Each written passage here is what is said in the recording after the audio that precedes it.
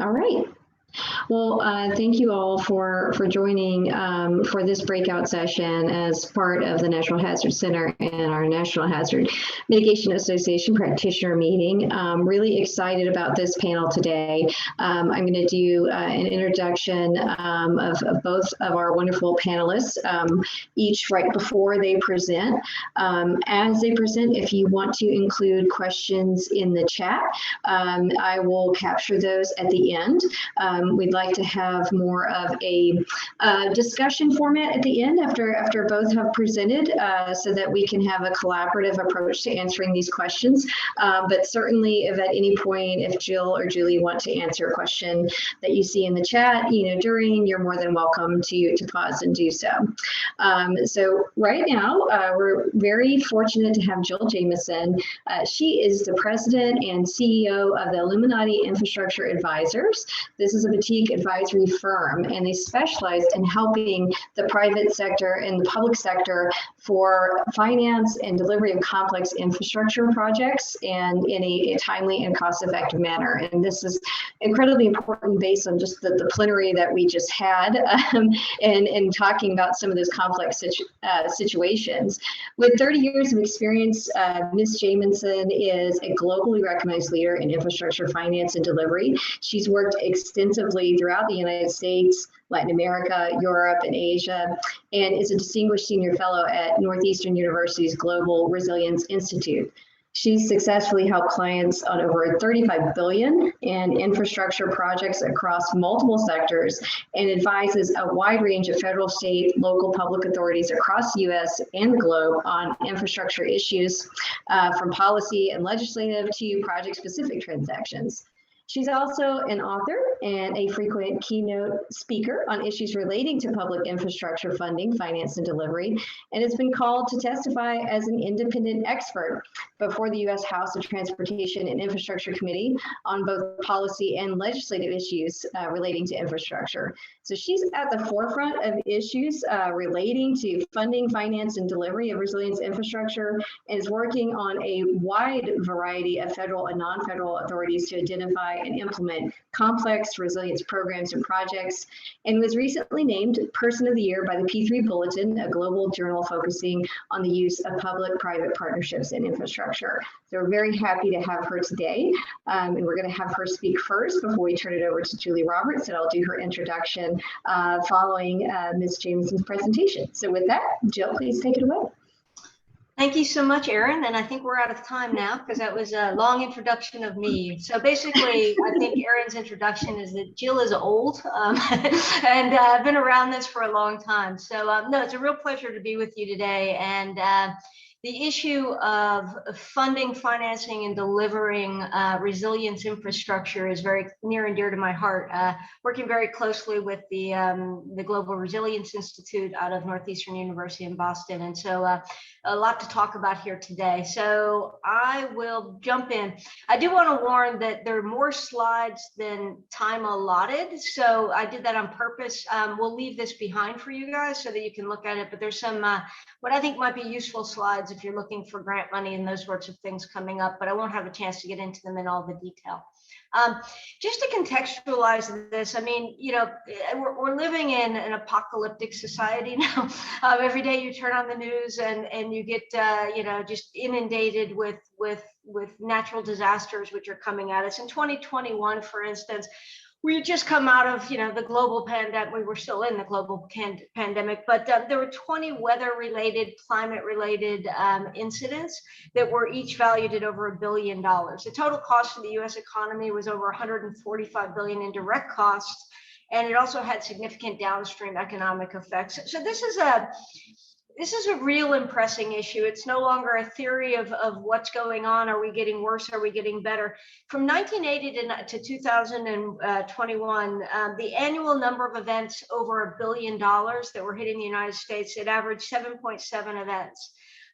Now, in the last 5 years, we're averaging 18 events or 17.8 events per year of cataclysmic sort of climate related events, which are costing us over $1 billion. And I mean, we could spend days just going through some of these things, but in 2021, UN came out and they said this is code red for humanity.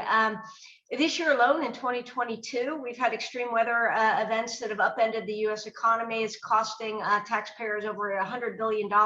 1 in 3 of us in the United States have already this year been affected directly or indirectly by these events. I mean, whether you're living in Texas and dealing with the February, this was last year, the February or right now, I guess, with the heat, the electrical issues, you know, that also starts to affect supply chain. So you don't get your computer from Dell or wherever it is because they're not able to work because there's no electricity. So these are real issues. And I mean, in 2021, we saw some of the worst fires out west. We are living in an unprecedented drought right now with Colorado River at its lowest point ever. First time ever in history.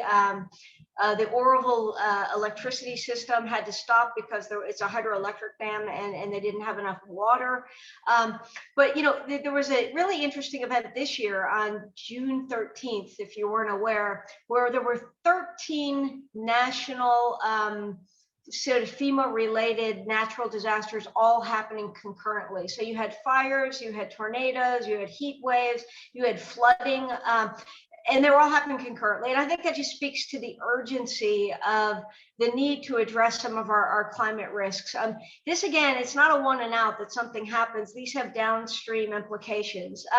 So obviously, minimizing and adapting to these impacts has to be a priority for every governmental unit, as well as for the private sector. It's not like we could ignore this. But despite the magnitude and the urgency of the crisis, we are facing a challenge that we are not institutionally, financially, or even as a society well organized to address at this point in time. So that's what I'm going to talk about a little bit. And you know, I always go to this. The need for resilient infrastructure is a given. So the National Institute of Building Sciences in 2018 came out with their study, which I'm sure you're all familiar with. Every dollar spent on hazard mitigation by the federal government results in $6 in total benefits. That's a 600% return on a federal investment. So, you know, that's also translates into the local level. But because of the profound impact of these events on our society, we've got things, you know, we talk a lot about the physical risk of assets, but we have publicly traded securities that are at risk because of this. Private investments, companies are literally exposed now to climate risks unlike ever before. And their bottom line, their returns, or ability to provide dividends are also affected by this. Interestingly, after a disaster, 40% of small businesses never open their doors again. So this is affecting the Wall Street crowd as well as mom and pop shops, and another 25% of those businesses will fail, small businesses, within a year after an event, according to FEMA. It disrupts supply chains, transportation, communications, all of these sorts of things. And so there's a need to make proactive investments in a range of scales. And by range of scales, I mean, look, there are things that are really well designed for the private. It's a private parcel, so that the landowner or the building owner, they very easily are responsible for their own thing to put, for instance, a utility closet, move it from the basement and put it on the rooftop if you're in a flood zone, right? And so there's some that are at a very, very micro level. Then you've got sort of your, what we would call sort of the community level, which could be, you know, the citywide or something along those lines. And then you have the regional level, because as we all know, floodplains don't really abide by jurisdictional authorities. So we have a range of these sorts of things that need to be done, and there's a role for everybody, public sector, private sector, and NGOs, to be quite frank. But to date, there's no systematic approach to fund or incentivize pre-disaster resilience. And this is in part because we have some pretty much unprecedented market failures at play here that really have not been talked about enough, I think, in the context of how we can move from concept to reality in terms of infrastructure, resilient infrastructure. So some of the key challenges impacting the implementation and the ability to deliver on infrastructure are kind of obvious, and some are less obvious. One of the more obvious ones is the multi-jurisdictional nature of these solutions. And by that, I mean, as I just mentioned, you don't necessarily, so many of these these issues we have, whether it's flood, fire, etc. When we had fires out west last year, the East Coast was inundated with smoke.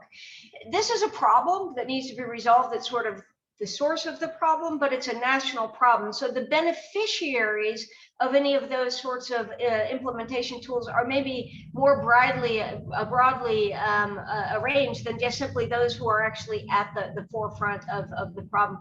So getting communities to work together is often not easy. You may have political differences, you may have priority differences, but also it's not just multi-jurisdictional in terms of different cities. It's also multi-jurisdictional in terms of the way government itself is laid out.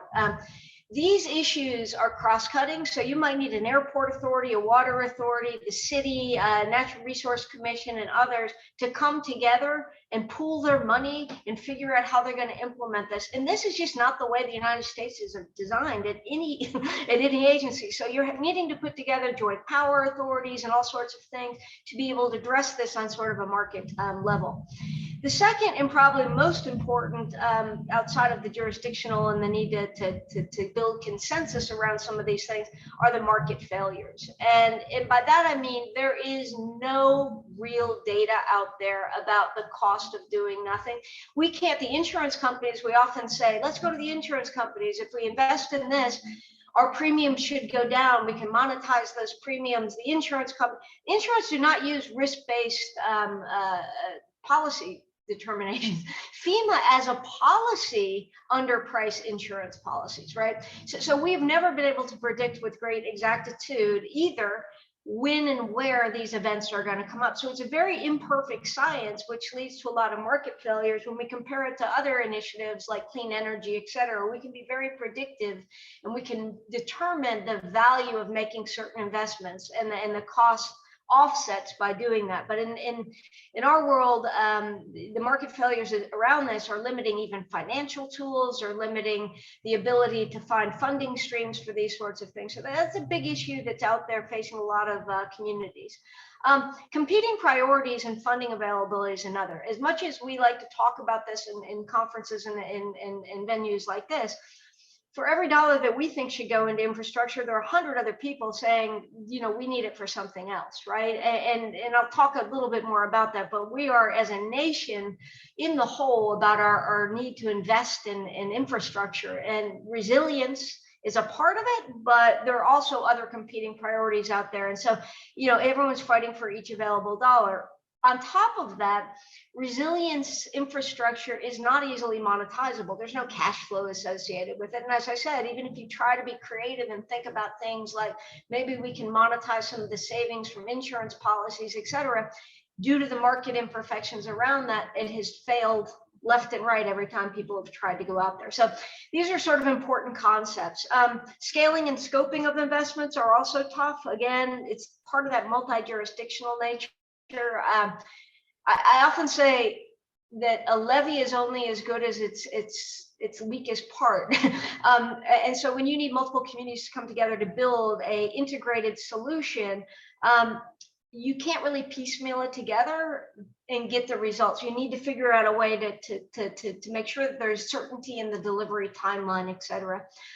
Institutional misalignment I talked about already, and that is just that, you know, we don't have within the government a Secretary of Resilience who's looking at this on an integrated basis, right? This has to go across multiple independently run and sort of independently funded jurisdictional authorities, and that makes it very difficult. And then obviously we have delivery framework issues in terms of how do you deliver this in a timely and cost-effective manner, particularly when it's kind of being piecemeal together. And finally, equity and fairness.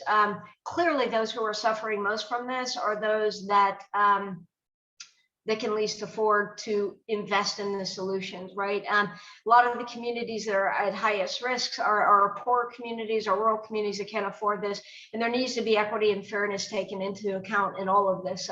Clearly, if you can afford insurance and then the insurance payment pays you in the event of a market failure or of a catastrophe, you can rebuild in that particular area. And that's a market misincentive in many respects, that's actually encouraging bad behavior. But on top of that, many people can't afford to rebuild, and so they're misplaced, they're without protections and those sorts of things. So those need to be taken into account. This is pretty much just very similar to what I just talked about. On top of the imperfect data that I talked about, financial risks have also been largely unrecognized. And to move money into this from the private sector, you need to have sort of an incentive process around it. There's a lot of work going on right now about marrying sort of, let's call it the infrastructure funds, the pension funds around resilient infrastructure, opening up an entirely new cash flow to help at least finance some of this infrastructure. But the ability to sort of monetize or quantify some of the risks associated that have been difficult. We are getting rating agencies now to come out, and they're talking about rating resilience aspects of infrastructure projects. So if you're investing in even manufacturing facilities, or you're investing in a road, there can be ratings associated with some of the resilience measures that have been taken, which should theoretically lower your risk premium on top, so lower the cost of debt. And so we're trying right now at all levels to try to move the financial markets as well into investing in more resilient infrastructure. And if we can do that, lower the cost of borrowing associated, think of green bonds and those sorts of things, but more with the resilience focus, that theoretically will lower the cost of borrowing for communities that need to invest in some of this, making it slightly more affordable. Although as interest rates go up, that's kind of offset. We do have a number of free rider and broad beneficiary problems. When a developer is investing in real estate, waterfront community in Miami, and the city of Miami is investing in flood walls and those sorts of protections, what it does is it raises the value of that real estate. And depending on whether you're going to hold on to that real estate or you're flipping it and you're renting it out, there are different incentives around there that have also been sort of making it difficult to, even at a policy level and a zoning level, to keep people true to what needs to be done. But there's a lot of issues out there in terms of what is kind of disincentivizing and, let's say, muddling the markets, right? We do not have the same sort of clarity that we have on things like energy efficiency and clean energy projects, where there's an entire industry around energy performance savings contracts where we can monetize exactly what the savings are going to be by using clean energy as opposed to other sorts of things. That's been very muddled in the resilience markets, which has been part of the challenge, I think, in whole-scale sort of market-driven solutions to this. That said, there is a need for creative public policy interventions as well as collaboration with the private sector. And we have identified models of partnering the public and private sector to deliver some of these things outside of just sort of what I call the parcel level improvements, which need to be done anyway at sort of the local level. This just really speaks to the key funding challenges. And again, I think it's really important just to highlight this because as you guys are talking at this conference over the next, rest of the day, there's going to be a consensus among everyone that we need to invest in resilient infrastructure. I just go back to this. If we look at the United States need, we need $7.7 trillion in investment by 2030 just to keep pace with GDP. We fought tooth and nail to get the bipartisan infrastructure law in place, and that's only giving us 1.2 trillion over 5 years, right? So we're well in the deficit in terms of our need to invest to maintain just our standard of living. Add to that the need now to invest in more resilient infrastructure, and it adds on top of that, right? So we are fighting, and you are fighting, all of us are fighting tooth and nail for every penny associated with infrastructure. We can say, hey, we need to build this flood wall, or we need to put in fire protection measures and those sorts of things. But there's an equally passionate group that wants to get lead out of the water, that wants to improve stormwater management, that needs to invest in different sorts of energy. So we need to figure out a way that we can affordably get all of this delivered. Obviously, resilience can be woven into a lot of these sorts of other infrastructure projects, and that's what we're absolutely seeing are new requirements around resilience to get, for instance, federal grant money, federal loans, which I think is helpful. But it does increase the price tag of some of these other projects, and so there is a little bit of an ebb and flow and a pushback sometimes about the level of resilience to be integrated into these projects, because there's not enough money for all the projects anyway. And so this is one of the challenges. It's across all infrastructure, not just within resilience, but you really need to make the case for resilience at the time of infrastructure development. Otherwise, it can be left behind. Let's put it that way. And again, how this is paid for has been the big issue. There is no single source of money out there. We all say, oh, we could put a new fee in. Look, you can put a new fee in the water bill. Sure, that's theoretically possible, but 40% of American households can't afford their water right now. So there is an issue of affordability at some point. You can't just keep on asking people for more money. You can say, hey, we'll just raise taxes and use general obligation bonds. You can't just do that. There are a lot of families or a lot of people out there that just don't have that disposable income. So again, it comes down to there's not an infinite amount of funding out there. And without an infinite amount of funding, there's also a limited amount of financing, which is how you sort of structure the payments around these sorts of things. So it is hard. There's a lot of policy issues at bay here, whether you're going to do narrow or cost or broad cost assessments on these sorts of things. As I said, the water, the fires, they do not see jurisdictional issues the way that maybe were laid out in America. And so it gets a little bit more challenging to figure out who's paying. So there are a lot of issues about this, which have been affecting the ability to attract private capital to large-scale climate resilience projects. And this has been an issue. The private sector, you guys, many of you are from it, want to get involved. But again, without sufficient funding, without sort of its own cash flow stream, and again, those cash flow streams, you're going to get academic folks that'll tell you, oh, all we need to do is A, B, C, and D. The market needs to be able to demonstrate that this makes sense. And when you have imperfect information around these risks, it's really hard to monetize. So something to keep in mind there. That said, there is a need to mobilize private capital by leveraging market incentives. We're doing that at the parcel level. You can give developer incentives. Climate, so Boston, the city of Boston is an example. They have a Climate Ready Boston plan, which really takes into account everything that needs to be done to protect them against pretty much sea level rise is their biggest issue right now. One of their plans is at the parcel level. So in East Boston, as they're redeveloping East Boston, to offer developer incentives to put in flood walls and put in levees and those sorts of things, which is absolutely fine. So you could get a density bonus, meaning that you get zoning relief, you can put in more apartments, et cetera. So it's kind of a way to monetize through policy to get private to engage private capital in that. The challenge though with that formula is that it means that the implementation of these projects is only done with redevelopment or gentrification. And again, this comes down to an equity issue. What about those communities that aren't gentrifying, or they're gentrifying later, or they're being redeveloped later? Will all the water now flood through them and put them at even a higher risk, right? And so this piecemeal parcelized approach is a little bit difficult when you're looking at it from sort of a watershed perspective. But there are opportunities out there to mobilize private capital and private incentives. I'm not going to speak to this because we certainly don't have time, but there is increasing federal support for resilience infrastructure. All you need to do is go to the whatever you want to call it now, they keep rebranding it, but the Bipartisan Infrastructure Law, the Infrastructure Investment and Jobs Act, over $50 billion in new resilience funding. One thing I might call your attention to is the Resilience and Adaptation Centers of Excellence. So they are setting up 10 different centers of excellence across the United States, putting in a lot of money into that. It is transportation focused right now. There's a lot of pressure to broaden those to include water and other sorts of things. And I think water resources would be a really good idea there. But there are some very interesting programs out there. There's new money available.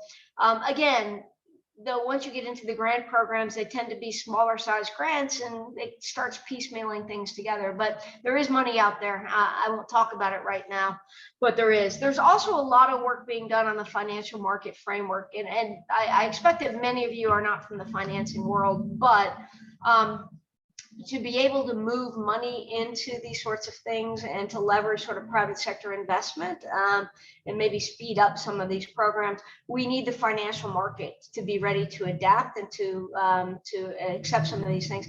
So there is move at rating agencies, the SEC incorporating climate-related financial risk, giving ratings for these sorts of things.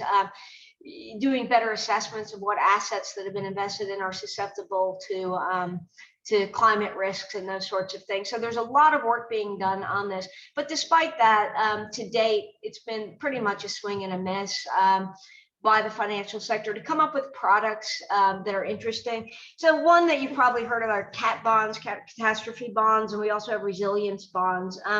CAT bonds have been used sporadically. New York City, the New York City Metropolitan Transportation Authority used catastrophe bonds. It's kind of like a hybrid insurance policy that basically just allows for greater liquidity in the case of an event. Keep in mind that most public agencies don't hold insurance. So in the event of an emergency, they need FEMA to come in and give them money. But even that takes months and months and months and months, even when they declare an emergency. And so cat bonds are an instrument that will allow for quick liquidity to respond. After Hurricane Sandy, there was a lot of focus put on this. They're still used very sporadically. Pricing has been an issue, but the markets are actively looking. This resilience bonds have not been used to date effectively. So those are kind of still a idea out there, but products are trying to be, there's an effort to develop these in a way that will make sense and maybe incentivize public sector agencies to be ready to respond in the effect of a climate emergency. Also, there's been a lot of work on climate-related financial risk, and so there's a roadmap to build climate-resilient economy that was put out in October of last year.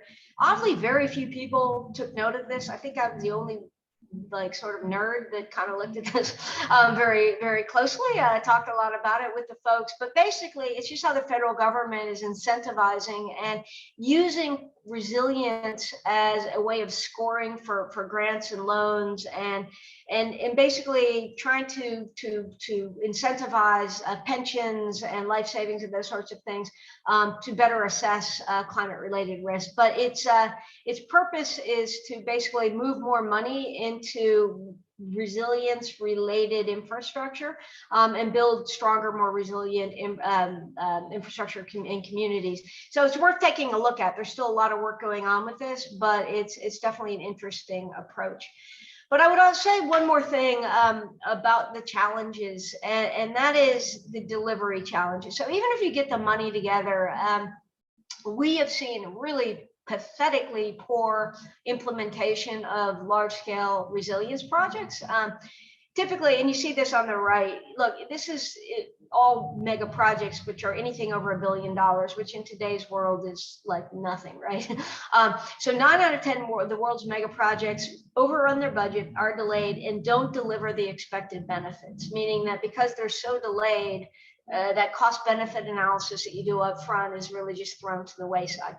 So there has to be a better way to deliver these things, because we also don't have the luxury of time, right? Time is of the essence, particularly with climate related hazards. So we need to get these things up. And as I said, some of the challenges we've talked about, like institutional misalignment, you get 10 agencies together and say, hey, we need to coordinate the investment in this infrastructure. I guarantee you're going to spend more time in committee meetings than you are actually building infrastructure. It takes forever to get people onto the same page. We also have very jurisdictional issues, right? So you might have a red city and a blue city that see the world through different lenses and have different priorities in terms of what they want to invest in, right? And so it's hard to get people to consensus, not only across political jurisdictions and legal jurisdictions, but also within government, right? You get DOT and EPA together and they won't agree.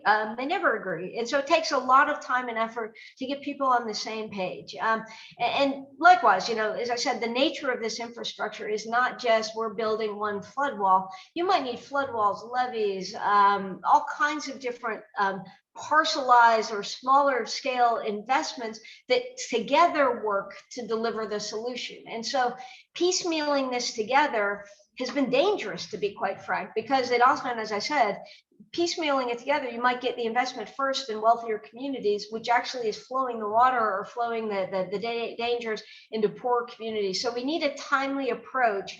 And once they're built, we haven't even gotten to this part of the problem, they need to be maintained. America's really good at building stuff and then forgetting about it until they break. So we can't do a fix as fails approach to these sorts of things. So we don't only have to fund the investment, but also the life cycle maintenance of this. And to be quite frank, there are no government level delivery frameworks at this point in time that are aligned to any of this.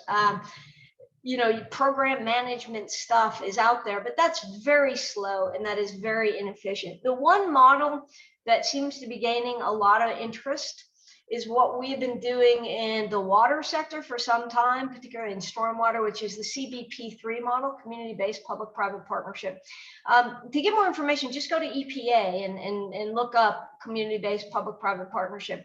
It's basically a way for the private sector to partner with a community, and that could be a small town, it could be a state, it could be a multi-jurisdictional state, and help them by leveraging financing, private financing, to deliver the infrastructure. Think of it as sort of as though if a resilience plan was kind of like a consent decree in the water world, you need to do 100 different things to meet the levels. And because these are piecemeal together, you can bundle them, these projects together, have one entity, one throat to choke, to deliver those and allow them to use private financing or blended financing. It can also be public financing, but if you don't have bonding ability at this time, you can use private financing. They can design, build, and implement the solutions and maintain them. And they only get paid when they complete the milestone. So when they've actually finished certain segments of whatever that plan is that the public sector defines. This is a way at least to accelerate and make sure that nothing is, because of this cross-institutional and cross-jurisdictional nature of it, it gives you one throat to choke. And so it's something that we've used effectively in stormwater management. And we're seeing this being assessed very closely right now in a number of jurisdictions across the country for resilience infrastructure projects. But there's a recent example, not of the CBP3, but even of just public-private partnerships leveraging private finance and design, build, and O&M. For a flood risk management project out in North Dakota and Minnesota, the Fargo-Moorhead Diversion Project. So there's a lot of work going into kind of figuring out how to leverage P3, public-private partnerships, or any sort of relationship between the public and the private sector to accelerate this infrastructure and deliver it in a timelier and most cost-effective manner. And I've probably gone too far, but I would just, I want to let Julie talk. She's more interesting and smarter than I am anyway. But some final thoughts. I think that, this is an all hands on deck approach. We need the public sector and we need the private sector, and we need them to work together. But there is so much that needs to be done that you can't have sort of the luxury of a philosophical difference that, oh, the private sector with their profit, margin is going to always be worse than the public sector. Or you also can't vilify the public sector and say, oh, they're inefficient. We need to find new and innovative ways to deliver this. I think there are good models out there like the CBP3 model that should be explored more broadly. But this requires people to come together in multi-jurisdictions, and that I think is part of the challenge, along with some of the market failures that are around this that really do need to be addressed on a whole-scale basis. So I will stop there, and I would thank you all for your attention, and I will stop sharing. And I don't know if there were any comments because I was looking at my screen. So. No, that is fine, Jill. Thank you so much. We did have a couple of questions, but I'm going to save those because I think it's going to be a good discussion for you and Julie to both weigh in on here. So I think that we get, and I have a few questions as well, which I think will be discussion points, but excellent presentation. Thank you for that. And I'm going to ask Julie if she's able to share her screen while I give her introduction here. And again, if you had questions for Jill, we're going to save this at the end here and have a little opportunity for discussion. What I also wanted to say as well, if there's any questions that if we don't get time for, we are going to have the social recap at the end. We're kind of connecting with all the breakout rooms and what people found, most interesting. And we are seeing your screen, Julie. Or we were. That was coming up. So very pleased to have Julie K. Roberts, who is an emergency management veteran. She's got over 20 years with the public and private sector. She is the president of J.K. Roberts LLC, specializing in strategic planning and crisis communication, emergency management, media relations, risk assessments, and continuity planning, but has served in multiple roles at the state and federal level, most recently as the Deputy Chief of Staff and Director of Communications for NOAA.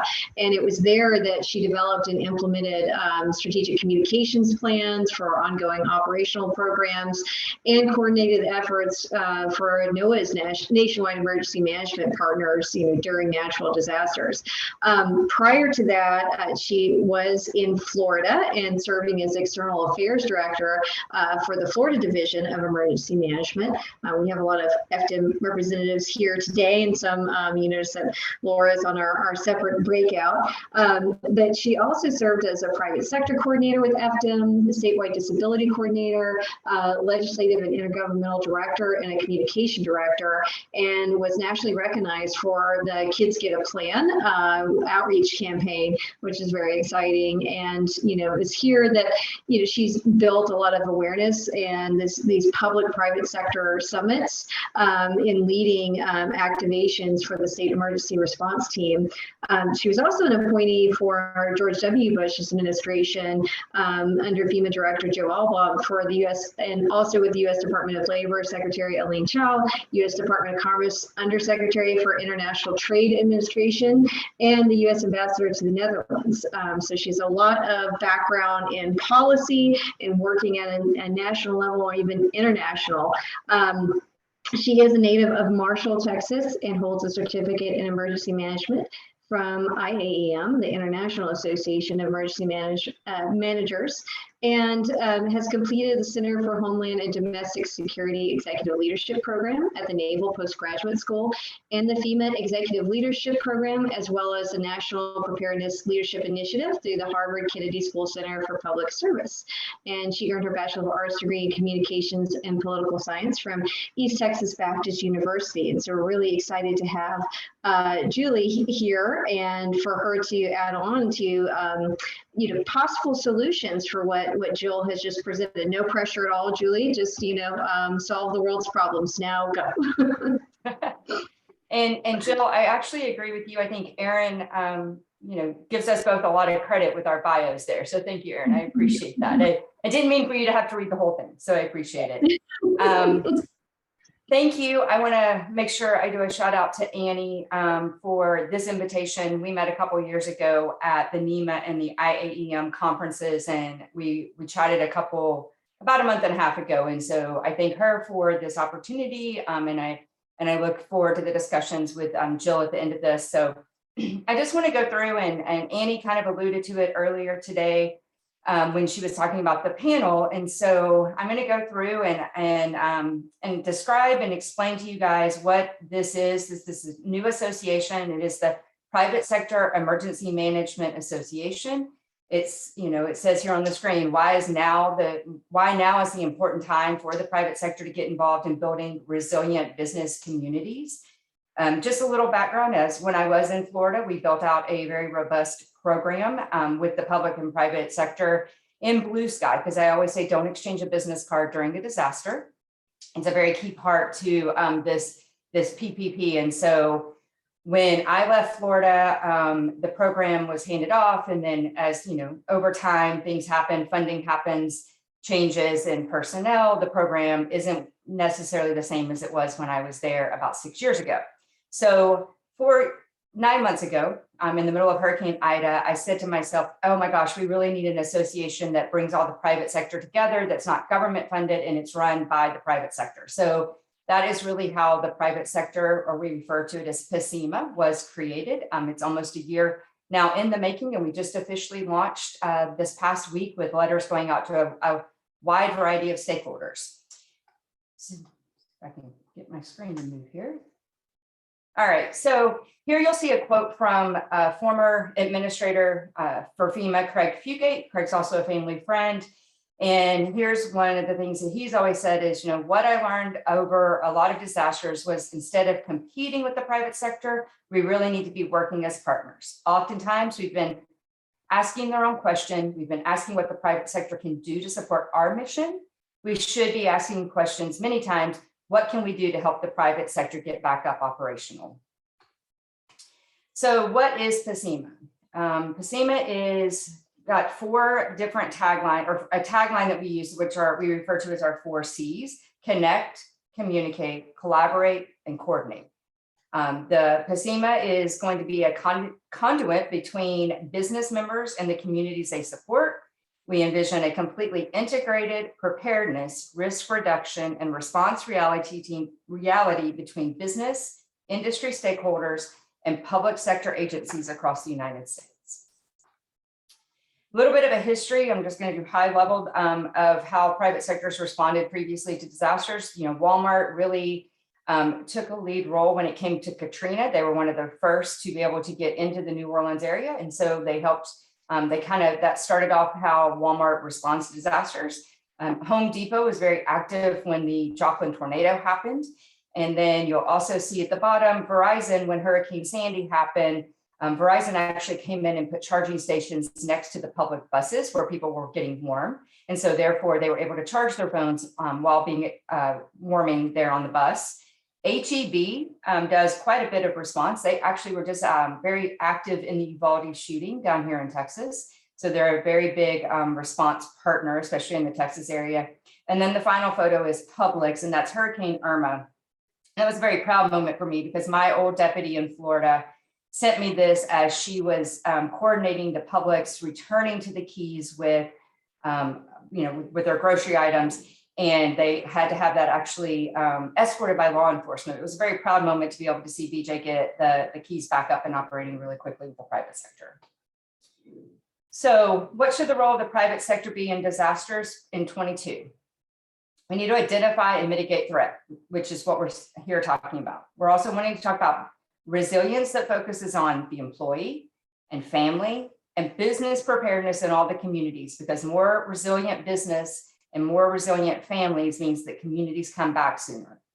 And it's important for the private sector to play an increased role in the disaster response in their communities, continue to support the recovery efforts so that government can focus on the communities and the needs that federal programs that the private sector cannot provide. We're going to, as an association, work with our partners to identify and mitigate threats to the business community through awareness and education, webinars, quick guides for small business, partner information, and planning tools. And a resilience that focuses on employee, family, and business preparedness in our communities by building a resilient business community, providing networking opportunities, supporting small business because they are the fabric of our community. We need to help with building disaster plans, both from a family and from a business perspective. We're going to help documented procedures, identify key people, contact information, individual preparedness, and identify critical business functions that need to come back when a disaster happens. Important role for the private sector to play in the response, which many times private sector does, but not often, not always, is an assessment of impact to operations in the impacted area, identifying needs in a community, and providing resources to community based on their needs. How many times do we hear, please do not donate stuff when an event happens? So we've got to find ways to make sure we're identifying the things that are actually needed in a community. And then we're going to continue to focus on the recovery efforts, identify resource needs. Again, don't bring in winter coats if you're in Florida and it's a hurricane response. Business to business support, highlighting the procedures and government regulations related to business. We need to do needs-based deliveries, make goods available, and support economic recovery through reopening of business. And the big thing that the association will focus on is enhancing cooperation. Private sector has a voice with government agencies to understand the needs of business. We want to work together in a disaster for the betterment of the community and share information across sectors. We are encouraging anyone and everyone, all of the associations, your government agencies, you as an individual, to consider joining FEMA. It's going to become a one-stop shop for critical information from a state level, government agencies, and for weather resources. We're going to have online resources for planning. We'll be having coordination calls for events, whether it is a large-scale event or a smaller event, depending on what the needs are of that community. We'll have direct engagement with business, removing the middleman, so business to business. We've got tools for continuity planning, easy to use business continuity guides. Many times we say the business community doesn't want to be handed a 25-page document to figure out what their continuity is. We want to figure out how we help that small business get back up and operating as soon as possible. And there'll be networking opportunities as well. A little bit about our structure. We have 9 founding members. There may be some familiar names on here, but we have OnStar, Florida, SBDC, the American Logistics Aid Network, HEB, grocery stores, myself, the Resilience Innovation Hub, ChinMed, EM Partners, Spin Global, and then we've also are working with Ideas of Orlando, who built out our website for us. Membership is open and you can find information on our website at FEMA.org. And Erin, I will stop there and take any questions. That's a really high, fast level of FEMA. Thank you so much, Julie. Really appreciate that, and to see this organization. So we had a few things come through in the chat, and so I'm going to let those questions come in first. Jim Murphy, if you're on, I'll let you go ahead and ask your question. If not, I'm happy to say that for you. So if you can unmute and ask that. Okay, let me put on the phone so people know who's talking. In the private sector, I used to work a lot with the large reinsurance companies, and this is more to Jill. Munich Re, Swiss Re, Eon, and these folks, and they were not always very responsive. I mean, they've done a lot of work in Australia and different places and all around the world, but what's their role in some of the stuff that you were talking about? Yeah, I mean, that's a great question. Obviously, they have issued new products, like they're issuing the majority of like the catastrophe bonds and those sorts of things. So they are out there creating new financial products. But I think to your point, and I just read your thing, they're not in a position to monetize their savings, right? And so they're doing a lot of what we call vulnerability studies, and they're trying to quantify the impact of mitigation measures.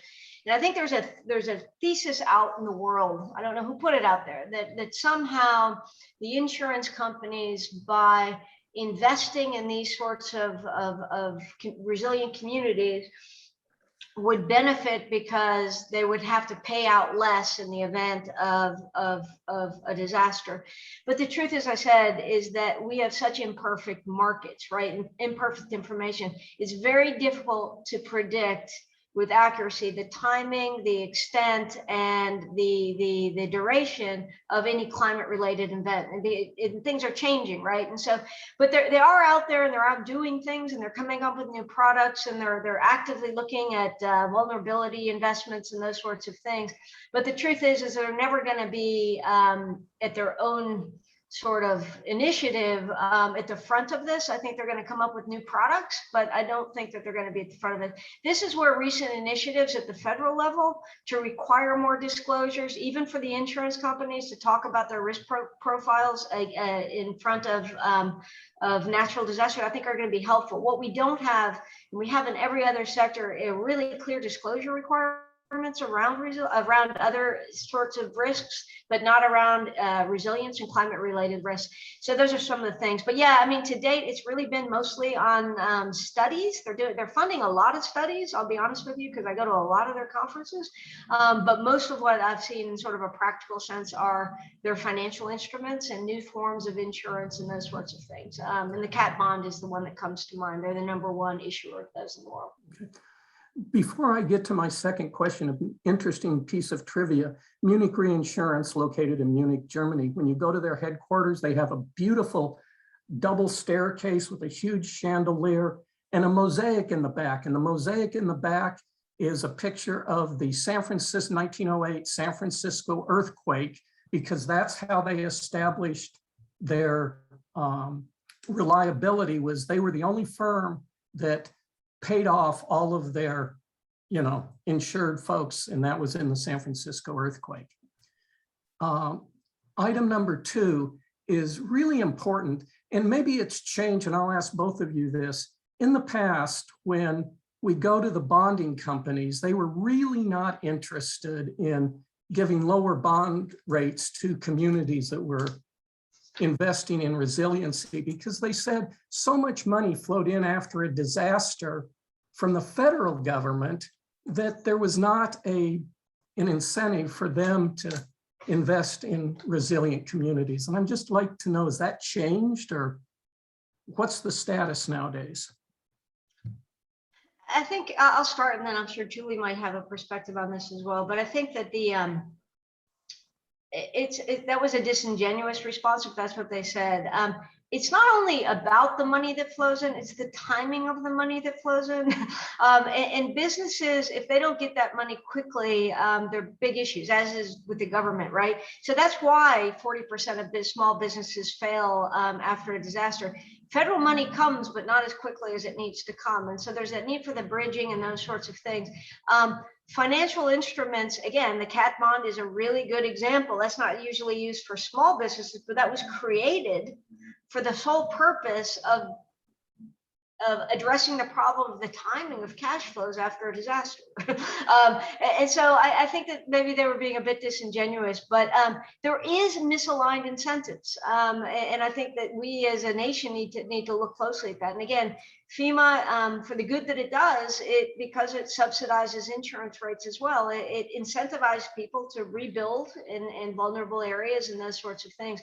So these are just some of the realities that exist. But I think that insurance companies, as they are required to increase their disclosures, I think insurance companies, in terms of their ability to get premiums paid back, are absolutely interested in the timeliness of those sorts of things. And we do have examples where interest rates, and it's maybe not the insurance company that's lowering the premium, but the interest rate on bonds, because of the investment in insurance, has been lowered. It's very similar to green bonds, if you're familiar with those. If you're investing in environmentally friendly things, there can be maybe not a huge differential, but there's a slight differential. There's also a marketing component of that. So that's where we're seeing sort of the lower and the let's call it the incentives are being commercialized and monetized. But yeah, the insurance companies, they're their own beast, right? I don't know. I haven't been to the headquarters there, but now I'll go and take pictures and ask them why they never pay my requests. So, Julie, I'm sorry. Thank you folks very much. Very good presentation. Go ahead, Julie. I'll let you follow up on Jill's thoughts there regarding Jim's question. Yeah, and the one thing I would say is we, a goal with FEMA is to be able to help businesses become more resilient, which then leads to communities that are more resilient. And, if the small businesses can get back up and operating, and we build more resilient communities, then that benefits, right? And so then the goal we've kind of talked about, a longer term goal is there a way then to work with insurance companies to say, there's a criteria, right? Like, we're going to have these businesses go through this criteria. It's not simply I have a business continuity plan, but what is the criteria? And could there be some benefits then on the insurance or that type of thing going forward to say this business and this community really is resilient? We have Richard, who is with the Resilience Innovation Hub, is one of the 9 founders. And So he's all the time talking about how do we help businesses become more resilient to build a resilient community. So we're definitely focused on that and how to benefit that insurance as well. Thank you.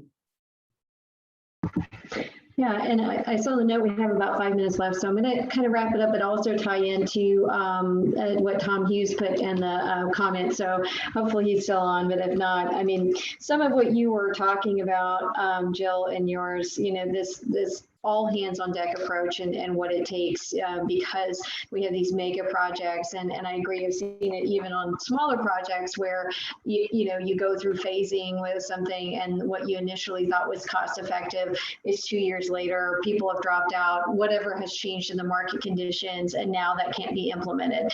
It may be even changes in regulation. You know, there was a whole discussion on the benefit cost analysis tool and what's changing there.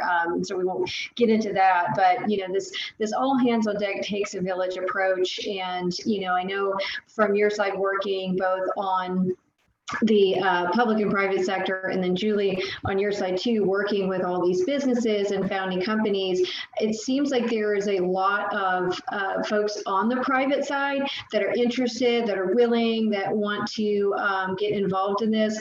And I don't know if you have some examples of how this has worked with partnerships in the past, with working with the community, getting that set up. So I'll let you both try to, answer on that.